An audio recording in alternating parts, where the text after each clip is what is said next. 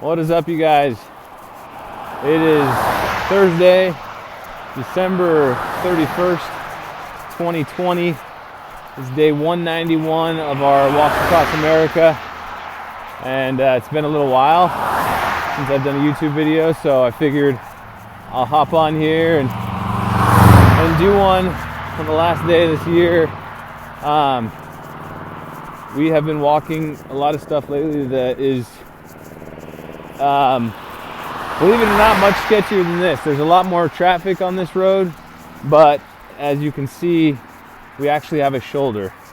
A lot of the time, if you can see that white line until that narrow little side, that is more of a shoulder. This little section right here, that's more of a shoulder than what we're used to on these backcountry roads.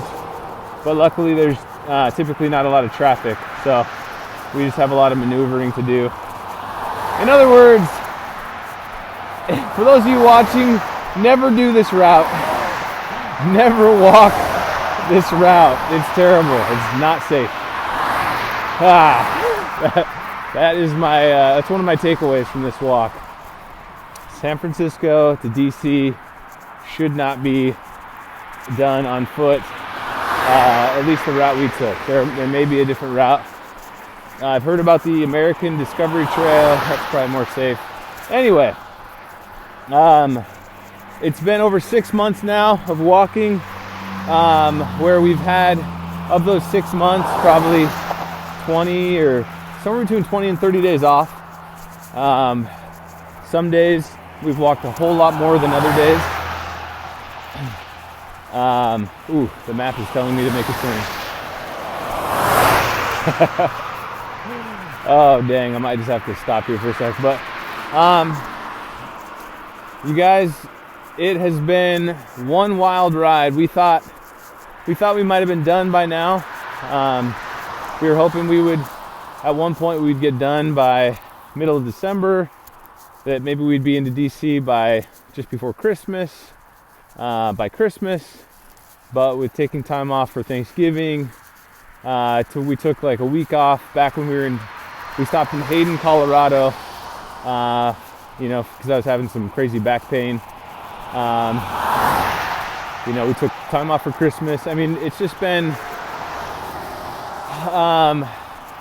we haven't been in a huge hurry.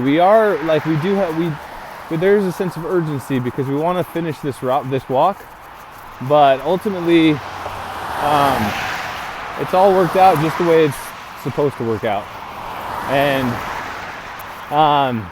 we've had twists and turns, and it is a walk for peace. And we really have sought to find peace in our lives. And honestly, in conclusion from this walk, and we still have a couple more weeks to go, is that lasting, consistent, regular peace is, I feel it's a challenge. In our day and age, with everything we're bombarded by, it is so challenging to be at peace. It's so challenging to find peace internally, but I believe it's possible. And I believe, when there is a lack of peace in our lives, I believe that is like our conscious. That's our internal self saying that there's some adjustments to be made. There's some necessary changes. And really, it all comes down to, I think, decision and desire. Deciding how we're going to live, and deciding what we're going to do. And really, tuning our desire to our actions. And that's where I believe the magic happens. When we have a desire to do something and we choose to act on that desire, that's when I believe that God starts to make up the difference. And really, he starts to just make magic happen in our lives. We've had so many cool experiences on this walk, and we've met amazing people. We've had such phenomenal support from perfect strangers this entire time.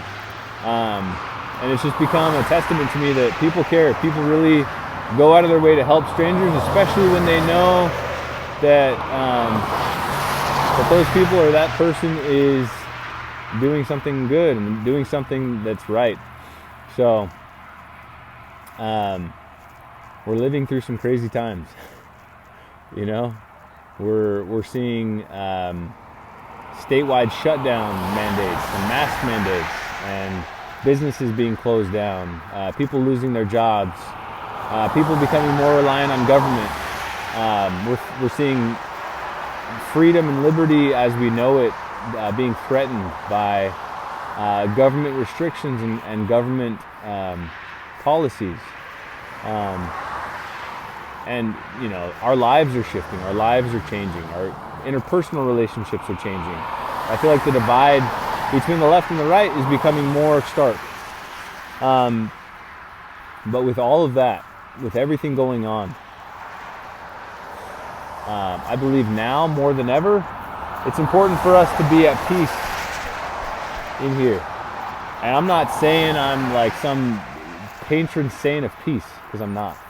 I'm not saying I'm some patron saint of love or kindness or acceptance. That's not true. But I believe it's possible, and I believe it's something we can all strive for. And we can all do a little bit better, you know, at looking outside of ourselves, and me included. So this country is full of amazing people, wonderful people in every state we've gone through, people that have lent a hand, helped us when we needed it, helped us with a place to stay, helped us with food, who have literally gone out of their way through a storm to put warm jackets on our backs, to give us warm socks, and to help us with hand warmers and gloves. And we had a friend just the other night. We were really running close to the end of our budget. Literally, we had no money left in the budget. It was a cold night, and we had a friend reach out and like, hey, I was thinking about you guys. I thought maybe you needed a hotel room. And he paid for a hotel room for that night, I believe in Cumberland, Maryland. So that's Jobber. Thank you, Jobber Al-Sabah, man. God bless you. But this walk is almost over. We have 2 more weeks of this walk for peace. And I would challenge you, I would invite you to consider what you can do in your own life to develop greater peace and just to live into the purpose that you know inside that you have to live into. You know, it's really, you're only as far away as you're willing to take the action, the next step to get to where you want to be. This walk, it seemed a lot more daunting at first than it actually is. And once we started doing it, it's just a bit of a grind. You know, some pain, you know, some discomfort, but it's not too bad. And I think that's the way life is oftentimes. You know, once we just get started and moving in the right direction, we figure it out. We figure out how to do it. And that's the way it's worked out for us. So, love you guys. God bless. Peace to you. Happy New Year's. And Godspeed.